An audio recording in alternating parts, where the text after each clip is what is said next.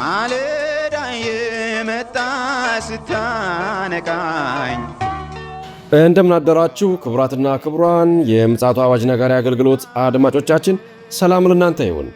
የማለዳ ቁርሳችንን አሁን ጀምረናል። አዘጋጅ እና አቅራቢ ፓስተር አለማየሁ ነሞ። መልካም ጊዜ ሆነላችሁ። ከሕይወት ምንጭ ውሃ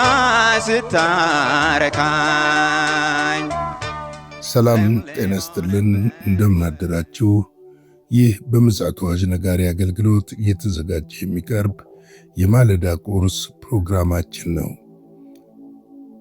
ወደ ዛሬው የማለዳ ቁርስ ከማለፋችን በፊት ይህንን ማለዳ የሰጠንን እግዚአብሔር አምላካችንን አብረን አመስግነን የዛሬን የማለዳ ቁርስ አብረን እንካፈላለን። የዘላለም አምላክ በዘላለም ዙፋን ላይ ያለ የተፈራና የተከበርክ አምላካችንና አባታችን እግዚአብሔር ሆይ ይህም ማለዳ በምሕረትህና በቸርነትህ ስለሰጠህ እናመሰግንሃለን። ስለ መልካምነትህ፣ ስለ በጎነትህ፣ ስለ ታላቅነትህ፣ ስለ ገናናነትህ ክብር ምስጋና ከዘላለም እስከ ዘላለም ታላቁ ስም ይሁን። እነሆ ደግሞ በዚህ ማለዳ ቃልህን እንድታስተምረን በቃል መንፈስ ሕይወታችንን እንድታድስ እንድታነጻን በኢየሱስ ክርስቶስ ስም እንጠይቃለን። ቃልህን ባርክልን በኢየሱስ ጌታ ድንቅ ስም አሜን።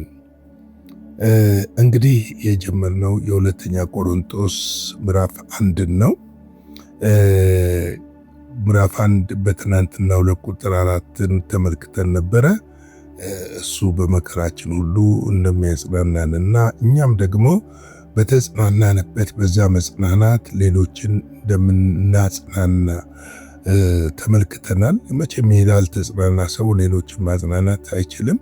እውነተኛ መጽናናት ደግሞ በእግዚአብሔር ዘንድ ነው ያለው፣ በክርስቶስ ዘንድ ነው ያለው። ነገር ግን ሰዎችን ስናጽናና በእውነተኝነት በእግዚአብሔር ቃል ማጽናናት እንደምንችል ተመልክተናል። ምክንያቱም ዓለም የምታጽናናበት ነገር የላትም። የዓለም መጽናናት ወይ ስጦታ ሊሆን ይችላል፣ ወይ ከንፈር መምጠጥ ሊሆን ይችላል። ነገር ግን እግዚአብሔር ሸክማችንን ይጋራዋል። እግዚአብሔር ሲያጽናና የልባችንን የውስጡን ሐዘን ነው ነቅሎ የሚያወጣው፣ በደስታ ዘይት ደግሞ ይሞላዋል። እንግዲህ እነዚህ ነገሮች ቀስ ብለን ለማየት ሞክረን ነበረ። ምናልባትም አምናለሁ በዚህ ቃል የተጽናናችሁ ሰዎች እንደምትኖሩ። ምክንያቱም እግዚአብሔር እውነተኛ አጽናኝ ነው። ብዙ ሰዎች ልባቸው ተሰብሮ ሰዎች ሊያጽናኗቸው ሄደው የበለጠ በተሰበረው ልባቸው ላይ ሌላ ቁስል ሲደርቡባቸው እናያለን። ካለማወቅ ሳይሆን አንዳንድ ጊዜ ሰዎች በበደልም ሊሆን ይችላል፣ በኃጢአት ምክንያት ሊሆን ይችላል፣ በተለያየ ምክንያት ፈተና ሊመጣባቸው ይችላል፣ ወይም ችግር ውስጥ ሊወድቁ ይችላሉ። ጥፋቱ የራስ ነው፣ እንዲህ ባታረግ ኖሮ እያልን ስንል ሰውየውን እያጽናና ነው ሳይሆን የበለጠ እየጎዳ ነው ያለ ነው። ስለዚህ ሰውየውን ስለ መከራው ማውራት ሳይሆን ከመከራው የሚወጣበትን መፍትሄ በእግዚአብሔር ቃል፣ በእግዚአብሔር እውነት፣ በእግዚአብሔር ጸጋ ማሳየት ደግሞ ትልቅነትና ብስለት ነው ብዬ አስባለሁ። አንዳንድ ጊዜ መድረክም ላይ ስንሰብክ ህዝቡን እንድናጽናና ሲገባን፣ ማበርታት ሲገባን፣ ማጠንከር ሲገባን የህዝቡን ድካም እኛ እንደሌለብን ነፃ እንደሆነ አድርገን ደግሞ የህዝቡን ድካም በመድረክ ላይ ያወራን ሰዎች ከመጽናናት ይልቅ የበለጠ እንዲጎዱ ስናደርግ ይታያል። ይህ አግባብ ነው ብዬ አላምንም። እንግዲህ ዛሬ ደግሞ ከዛ የቀጠለውን ክፍል ቁጥር 5ን እንመለከታለን። ቁጥር 5 እንዲህ ይላል፣ የክርስቶስ ስቃይ በእኛ ላይ እንደበዛ እንዲሁ መጽናናታችን ደግሞ በክርስቶስ በኩል ይበዛልናል። እንግዲህ በመከራ ወቅት ወይም በችግር ወቅት፣ በፈተና ወቅት፣ በህይወታችን ስደቶች ሲገጥሙን ወይም ቻሌንጆች ሲገጥሙን፣ በአገልግሎት ስንፈተን፣ በወንጌል ምክንያት ስንፈተን፣ ያንን የምንቀበለው መከራ ወይም ደግሞ ችግር ብዙ ሊሆን ይችላል፣ ትልቅም ሊሆን ይችላል። አንዳንድ ጊዜ ከአቅማችን በላይ ሊፈትነን እንደማይችል ግን ማወቅ ደግሞ ያስፈልጋል። ነገር ግን በምናልፍበት ነገር ውስጥ ምን አለ ማለት ነው? መጽናናታችን ደግሞ በክርስቶስ በኩል ምን ይሆንልናል? ይበዛልናል። መጽናናት ይበዛልናል። አንዳንዴ ሰዎች በችግር ውስጥ የዘመሯቸው መዝሙሮች እንዴት ዘመን ተሻጋሪ ሆነው ዛሬ እኛ እንደምንጽናናባቸውና እንደምንባረክባቸው እንደምንበረታባቸው እናውቃለን። አንዳንድ ጊዜ ታውቃላችሁ እንደዚህ አይነት ሁኔታዎች ይገጥመናል። እንደዚህ አይነት ነገሮች ይገጥሙናል። ምክንያቱም የምንጽናናው የምንበረታው በክርስቶስ ኢየሱስ በኩል ብቻ ስለሆነ ነው። ብዙ ጊዜ በፈተናዎቻችን ላይ በሚገጥሙን ነገሮች ላይ እግዚአብሔር በእኛ ውስጥ አልፎ ሌሎቹን ሲሰራ ደግሞ እናያለን። ሌሎቹን ሲያንጽ ደግሞ እናያለን። ሌሎችን ደግሞ ሲያበረታ እናያለን። ሌሎችን ሲያስታጥቅ ደግሞ እናያለን። ሌሎችን ደግሞ ሲያቆም እናያለን። ምክንያቱስ በዛ በችግር ወቅት የሚያልፈው የክርስቶስ ኃይል በውስጣችን ሌሎችን ሕይወት ይለውጣል። አንዳንዶች ነገር አልጋ ባልጋ ነው እንደሚሉት አይደለም። ወንጌል በታሪክ እንኳን ብንመለከት አልጋ ባልጋ ሆኖ ወደ እኛ ጋር አልደረሰም። ብዙዎች ዋጋ ከፍለውበታል። ብዙዎች ተፈትነውበታል። ብዙዎች ተሰውተውበታል። ብዙዎች ተሰቃይተውበታል። እኛ ጋር የደረሰው በዛ መልክ ነው። ምናልባት የዚህ ዘመን ፈተና ማግኘት ሊሆን ይችላል። ብዙዎች ደግሞ በማግኘት ተፈትነው ወድቀዋል። ተፈትነው ከእግዚአብሔር መንግሥት ኪንግደም ወጥተዋል። ፈተናዎቹ መከራዎቹ ልዩ ልዩ ስለሆነ ነው። በማጣት ጊዜ የዘመሩ፣ በማጣት ጊዜ በእግዚአብሔር ፊት ተደፍተው የሚውሉ ያልጠፉ ሰዎች በማግኘት ጊዜ ኑሮ ሲሞላ፣ ጎተራ ሲሞላ፣ ቤት ሲሞላ፣ የሚያስፈልገው ነገር ሲመጣ ከእግዚአብሔር ቤት የጠፉም ቁጥራቸው ቀላል የሚባል አይደለም። ማጣት ብቻ አይደለም ፈተና። ብዙ ጊዜ እንደኛ ያለ ታዳጊ ሀገር ውስጥ ስንኖር ማጣት ብቻ ፈተና የሚመስለን አለን። በማግኘት ውስጥ ያለው ፈተና ደግሞ ይብሳል። ምክንያቱም ጭራሽ የክርስቶስ ተቃዋሚ ሆነን እንድንቆም የሚያደርግ ይሆናል ማለት ነው። ስለዚህ ነው በመከራ ውስጥ እውነተኛ የሆነው መጽናናት የሚሰጠን እግዚአብሔር አምላካችን እንደሆነ ልናውቅ ያስፈልጋል። ሮሜ 8:17 ላይ ምን ይላል? ልጆች ከሆናችሁ ወራሾች ደግሞ ነን፣ ማለትም የእግዚአብሔር ወራሾች ነን። አብርሃምንም ደግሞ እንዳከበረ አብረን መክበር ብንቀበል ከክርስቶስ ጋር አብረን ወራሾች ነን ይላል። እንደገና ላንብበው።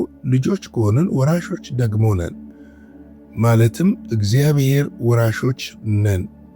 አብረንም ደግሞ እንድንከብር አብረን መከራም ብንቀበል ከክርስቶስ ጋር ምንድነን? አብረን ወራሾች ነን ይላል። ክርስቶስን ዓለም ከጠላው እኛን ይጠሉናል።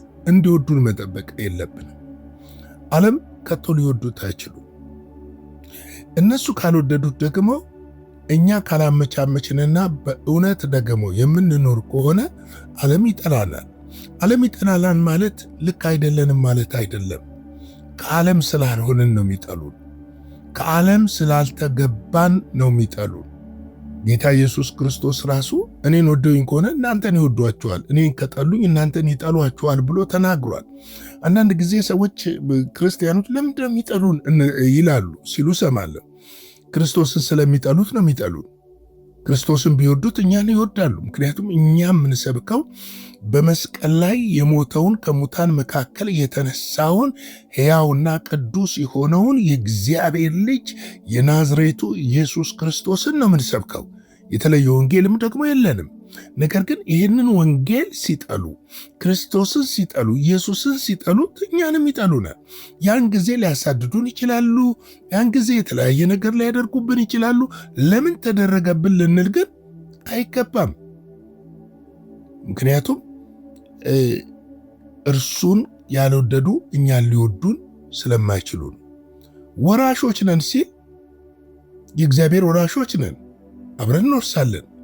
መውረስ ብቻ ሳይሆን ደግሞ አብረንም ደግሞ መከራውን ስለ ወንጌል የሚመጣውን ነገር ልንቀበል ደግሞ አስፈላጊ እንደሆነ ደግሞ ልናውቅ ያስፈልጋል። ሁለተኛ ቆሮንቶስ 4:10 ላይ የኢየሱስ ሕይወት ደግሞ በስጋችን ይገለጽ ዘንድ ሁልጊዜ የኢየሱስን ሞት በስጋችን ተሸክመን ምን እናደርጋለን? እንዞራለን። ለምን? ኢየሱስ ክርስቶስ የእግዚአብሔርን ልጅ እንድንገልጠው። ይህ ማለት ምን ማለት መሰላችሁ? በቀላል አማርኛ ላስረዳችሁ። ለዓለም ሞተናል፣ ለኃጢአት ሞተናል። ለኃጢአት አንሸነፍም፣ ለኃጢአት አንገዛም። የጽድቅን ሕይወት እንኖራለን፣ ጽድቅን እየገለጥን እንኖራለን። ምክንያቱም የሱ ሞትና ትንሣኤ ሞቱ ጽድቅን ሲገልጥ ኃጢአትን ነው የኮነነው፣ ኃጢአትን ነው ያስወገደው። በመስቀሉ ሞት ኃጢአትን ሲያስወግድ ጽድቅን ነው የገለጠው። ያንን ጽድቅ እንድንገልጥ ያደርገናል። ያንን ጽድቅ እንድናሳይ ይረዳናል። ያንን ጽድቅ እንድናሳይ በስጋችን ደከመ እግዚአብሔር እንዲከብር፣ ልጁ ኢየሱስ እንዲከብር፣ መንፈስ ቅዱስ ደግሞ እንዲሰራ ምክንያት እንሆናለን ማለት ነው። ገላትያ 6:17 ላይ እኔ የኢየሱስ ማኅተም በሥጋዬ ተሸክሜ ከእንግዲህ ወዲህ አንድስ እንኳ አይደክመኝም ይላል። የኢየሱስ ማኅተም የሚለው በጳውሎስ ብዙ ጊዜ ተደብድቧል። በጅራፍ ተገርፏል፣ ተደብድቧል፣ ሞቷል ተብሎ በቅርጫ ተጥሏል። ስለምንም አይደለም፣ ስለ ወንጌል። ያ ቁስሎች ማኅተሞች ብሎት ይጠራቸዋል። እነዛ ቁስሎች በእርሱ ላይ ስለ ወንጌል የተከፈሉ የተሰጡ ዋጋዎች ስለነበሩ ይታያሉ። ፊልጵስዩስ 3:10-11 ላይ እርሱንና የትንሣኤውን ኃይል እንዳውቅ በመከራው እንድካፈል ወደ ሞቱ ትንሣኤ ልደርስ ቢሆንልኝ በሞት እንድመስለው እመኛለሁ ይላል። ቢሆንልኝ በሞቱ እንድመስለው ምን አድርጋለሁ? እመኛለሁ። ምክንያቱም እውነተኛ መጽናናት በዛ ውስጥ አለ። እውነተኛ ደስታ በዛ ውስጥ አለ። እውነተኛ ረፍት በዛ ውስጥ አለ። ክርስቶስን በመምሰል ውስጥ ያለ ደስታ፣ ያለ ልህቀት፣ ያለ ባርኮት፣ ያለ ሰላም፣ ያለ ረፍት በምንም ውስጥ ልታገኙት፣ ዓለም ሁሉ የእናንተ ቢሆን ልታገኙት፣ ልታተርፉት አትችሉም። ቆላስይስ 1:24 ላይ ደግሞ አሁን በመከራዬ ስለ እናንተ ደስ ይለኛል።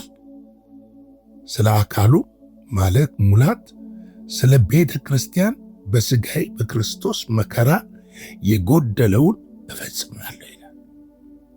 ስለዚህ ደስ ይለኛል። በምን? በመከራዬ ስለ እናንተ፣ ስለ ወንጌል ስለምከፍለው ነገር ደስ ይለኛል ብሎ ይገልጽልናል። እንግዲህ ተመልከቱ፣ እውነተኛ መጽናናት በመከራ ውስጥ እንደሚመጣና መጽናናቱ እንደሚበዛልን ነው የእግዚአብሔር ቃል የሚነግረን። እስቲ አንድ ጥቅስ እንመልከትና የዛሬን የማለዳ ቁርሴን በዚህ ልቋጨው። 1 ጴጥሮስ 4:13 ላይ ነገር ግን አብረን ሲገለጥ ደግሞ ሐሴት እያደረጋችሁ ደስ እንዲላችሁ በክርስቶስ መከራ በምትካፈሉበት ልክ ደስ ይበላችሁ ይላል። ደስ ይበል። ለዚህ ነው ጳውሎስና ሲላስ በእስር ቤት ተጥለው ሲዘምሩ የነበሩበት፣ በግንድ ተጠርቀው ሲዘምሩ የነበሩበት ምክንያት ይሄ ነው። ምክንያቱም ስለ እውነት ስትኖሩ ዋጋ ትከፍላላችሁ፣ እውነት ዋጋ ስለሚያስከፍል። ነገር ግን ያ የምትከፍሉት ዋጋ ደግሞ በላይ አክሊል ሽልማት ቢኖረውም በምድር ደግሞ መጽናናቱ በሕይወታችሁ ውስጥ እየበዛ እንደሚሄድ እንድናውቅ ያስፈልጋል እላለሁ። እንግዲህ የዛሬን የማለዳ ቁርስ በዚህ ላይ ገታ አደርጋለሁ። ላይክ፣ ሼር፣ ሰብስክራይብ ማድረግ አይረሳ። አጭር ጸሎት እንጸልይና የዛሬውን ማለዳ እንጨርስ። የዘላለም አምላክ እግዚአብሔር ሆይ ስለዚህ ማለዳ እናመሰግናለን። ስለ ምሕረትህ፣ ስለ ቸርነትህና ስለ በጎነትህ ክብር ምስጋና ለታላቁ ስም ይሁን። ቃልህን ባርክልን። ቃልህን ስለባረክልን እናመሰግንሃለን። እንሆ ደግሞ በሕይወታችን ውስጥ ያንተ የቃልህ መንፈስ እንዲሰራ እውነተኛ መጽናናት በውስጣችን እንዲሆን ጠይቃለሁ። አሁን ላይ በዚህ ሰዓት በፈተናና በተለያየ መከራ ውስጥ ላሉት እውነተኛ የሆነ መጽናናት እንዲበዛላቸው በኢየሱስ ክርስቶስ ስም ጠይቃለሁ። ሁሉ ለስም ክብር ይሁን። ቀኑን ባርክልን። በጌታ በኢየሱስ ስም አሜን። በነበረን የመልእክት ክፍለ ጊዜ እንደተባረካችሁ ተስፋ እናደርጋለን። በነገው ማለዳ በሌላ ዝግጅት እንገናኛለን። መልካም ቀን